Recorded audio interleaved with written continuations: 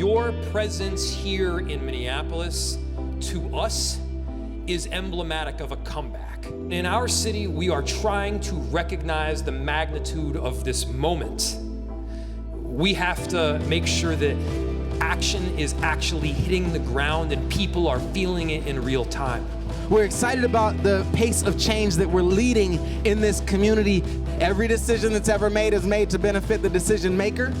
So if we want communities of color to benefit more from the decisions that are made out of City Hall, that means people have to be at the table.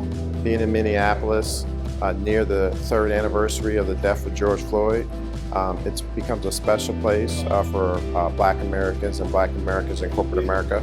So I think one of the things I'll take away from this is just the somber reflection of his life and his death, and what commitments we should make for corporate America, or to follow through on the commitments we did make to advance Black people and Black talent.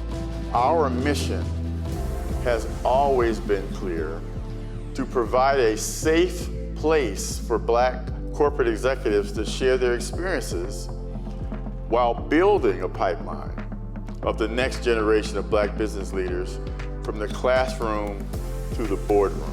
This is my first member meeting ever, so I'm very excited about that. And when I think about what got me here, I was a participant in all of the development programs along the way. So to start there 20 years ago and to be on the other side of that 20 years later feels really, really incredible.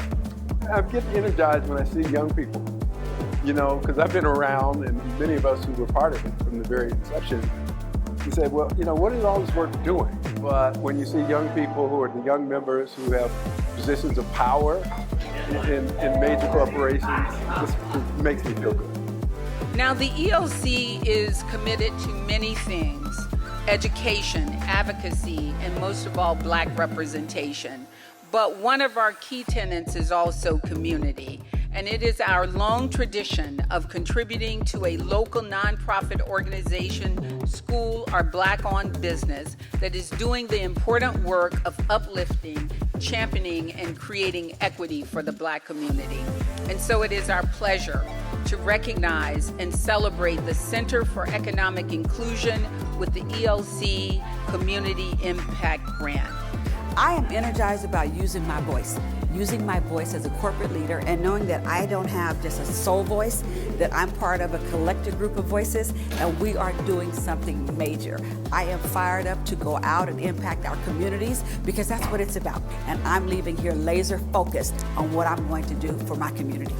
Being here in Minneapolis, to be able to come to this space as a membership to reinforce our commitment, not only to ourselves as members, but to the community at large as part of our mandate as an Executive Leadership Council, was just a really nice, special combination that will always be memorable to me.